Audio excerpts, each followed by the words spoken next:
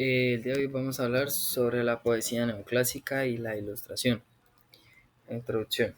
La poesía neoclásica surgió en el siglo XVIII. Autores de Europa y América utilizaron sus versos para enseñar, reflexionar sobre la conducta humana y promover valores como la justicia, la virtud y el conocimiento. La poesía neoclásica se convirtió en una herramienta para transformar la sociedad y difundir las diferentes ideas ilustradas. Definición.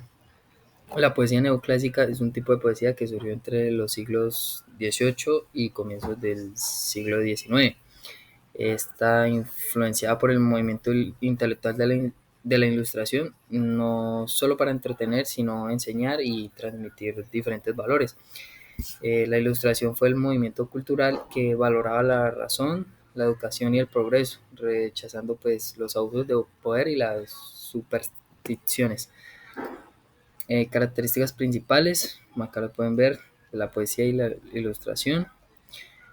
El contexto histórico, que es que la poesía neoclásica se desarrolló en el siglo XIX, durante el periodo conocido como el siglo de las luces, cuando el movimiento de la ilustración impulsó la razón. En esta época Europa vivió grandes transformaciones, avances científicos y reformas políticas que buscaban modernizar la sociedad. Dentro de este contexto, la poesía neoclásica surgió como una herramienta educativa. En España y en América destacaron escritores como Samaniego, Iriarte y Cadalso, quienes difundieron los ideales ilustrados a través de sus obras. Los autores destacados son Jorge Cadalso, Voltaire y José Joaquín Fernández. Obras literarias destacadas son Las noches lúgubres entre 1974 y 1976. Esta obra reflexiona con tono moral y filosófico. Otra de ellas es Poema sobre el desastre de Lisboa de 1756. Es una reflexión filosófica sobre el mal y la razón. Y la última de ellas es El Periquito Sarmiento, en 1816, considerada la primera novela hispanoamericana. Ahora vamos a hablar sobre los textos argumentativos. Los textos argumentativos son escritos cuyo objetivo es representar una opinión y convencer al lector mediante pues, las razones claras y organizadas. Como pueden ver, entre los más comunes están el artículo de opinión y la reseña crítica, los cuales combinan información y reflexionan y forman criterios propios. Un artículo de opinión no es una opinión crítica, es un punto de vista personal sobre tema, obra o situación, pero sustentado con razones y análisis y argumentos. Este evalúa sus aspectos positivos y negativos. Ahora vamos a hablar sobre el propósito de esta. El propósito de un artículo de opinión es expresar la postura personal del autor sobre el tema actual y convencer al lector mediante argumentos sólidos. En sí es como dar una idea, pero que esta idea tiene que ser clara.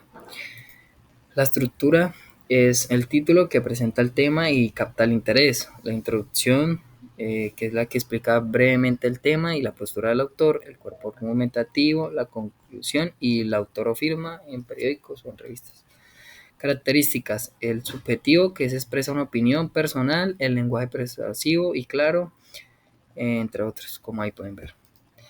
Ejemplo de artículo de opinión, como lo pueden ver, es el valor de leer en la era digital. En una época dominada por pantalla, la lectura sigue siendo una herramienta esencial para desarrollar pensamiento crítico. Leer no solo amplía el vocabulario, sino que fortalece la imaginación y la capacidad de analizar información.